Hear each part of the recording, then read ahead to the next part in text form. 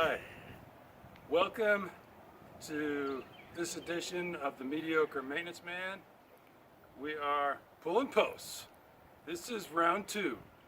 Alright, so some of you guys made some comments on my first video. Some of you were really angry about not being able to get a truck into your backyard. And so I never said it was the only way to pull posts. It was a way. Okay, so, but since some of you are so angry about the truck being involved, I thought we'd do a video on doing it without the vehicle. No truck this time. Okay?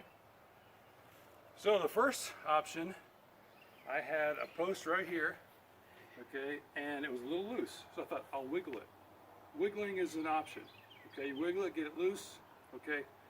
But let me recommend, if you're going to wiggle it, do the push method only. Push, and then move to the side. Push, push, push.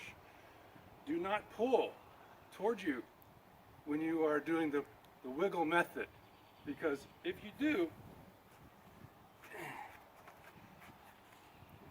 depending on your level of strength, you might break the post off in the pull motion. And that would mean you would split your head open. Not that that's what I did, but that's what I did. Alright, so watch out, be careful on the wiggle method. Push only, rotating around the post. Avoid this. Got it?